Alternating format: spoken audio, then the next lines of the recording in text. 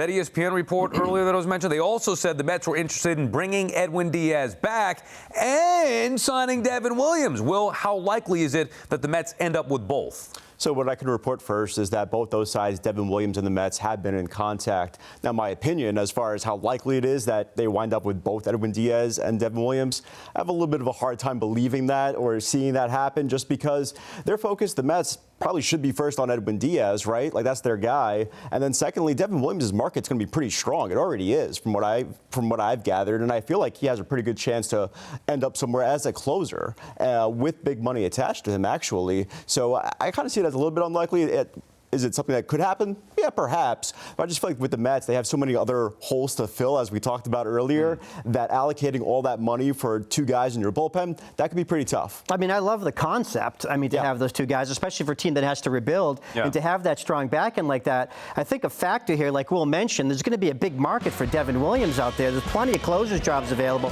Can you pay him enough to convince him to come back with Diaz to be in a setup role, like you mentioned also?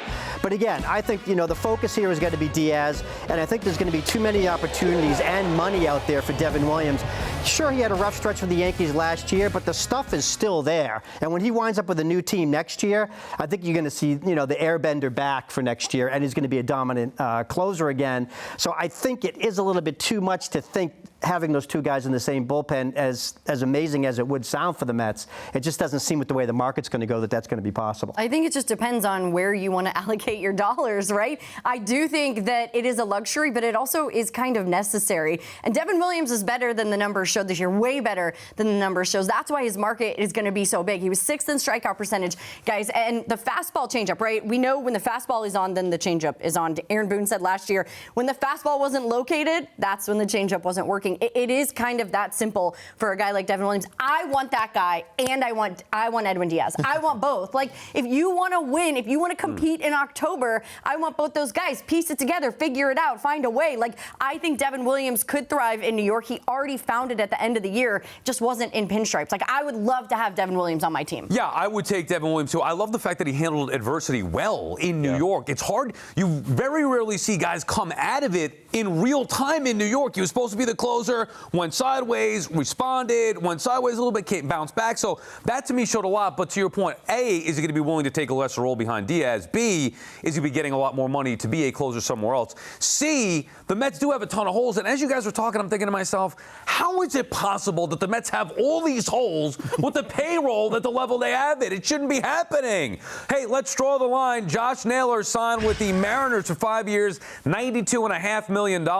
So where would you guys draw the line on a contract for Pete Alonso? Danny, we'll start with you. Really quick, too, I think they have these holes because they're trying to manage the young talent that they finally developed with the older guys that they had on the team. So just a little bounce there. Okay, here's my whiteboard. Very nice handwriting. 4 years, very nice handwriting. $120 million. Hi, Sal's mom. I got to get that in there. Hello. Okay, $30 million. It should be $30 million. I'm not going to give him more than that. Like, to me, you are going to be a designated hitter primarily in the rest of your contract, right? You're going to be at that spot. I'm going to pay you $30 million average annual value. That's pretty dang good for a guy who's only going to be hitting baseballs and not have to put the glove on his hand, which he said he would be amenable to do. So to me, 4 years, $120 million is pretty dang good. Stop kissing up to my mom. You're going to make me look bad. All right, Dave, what do you got? I mean, Pete's not a full-time DH yet, so I think there is still some first base left in his future.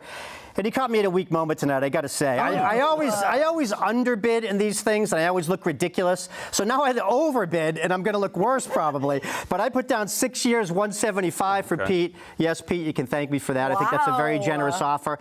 Naylor got 5 years. I think he could have done a lot better than 93. I mean, that's pretty light for him, I thought. I mean, he's a pretty good player. Pete has got the power, and power brings in the cash. And I think it's going to be pretty jacked up from that. So 6 might be pushing it a bit, I think, but there's going to be some competition for Pete. I think the market's going to be better for him this year than it was last year. I'm with you, Dave. That's what I had. I wanted to get ahead of it. 6 years, 180. That's more than fair for Pete. What do you got, Will? Well, I love being last in these things when my number's right in the middle because it makes me look very smart. So I love that, actually. I'm at 5 years, 140. And I say that just because I'm in agreement with you, Dave, that his market's probably going to be better. He does not have the qualifying offer attached to him. So who knows who goes into the fray for him without that issue this time around. And also, like in free agency, if you're not going to get a little bit crazy, you're not going to get the guy. Like, that's just how the old saying goes, right? If you draw the line too close, you're just not going to end up with the guy. And I just feel like Alonso proved that, last year his offensive numbers are for real. And I just think that he's a different hitter. He's a better hitter than he's been in the past based on that season. And you could also improve defensively and also add Alonso to your team and have him be your DH. Like, those things are not mutually exclusive. You could do both of those things, and I think the Mets should. The question will become, will the Mets do it? The difference this year from last year is Pete didn't have these offers. They let the market play out. Right. They thought Pete was going to go. He couldn't find a better deal. He came back. I believe that, and I don't know this, I'm just saying, I believe this year he's going to get a better deal somewhere around this number. Will the Mets be willing to go there? That ultimately will be the question.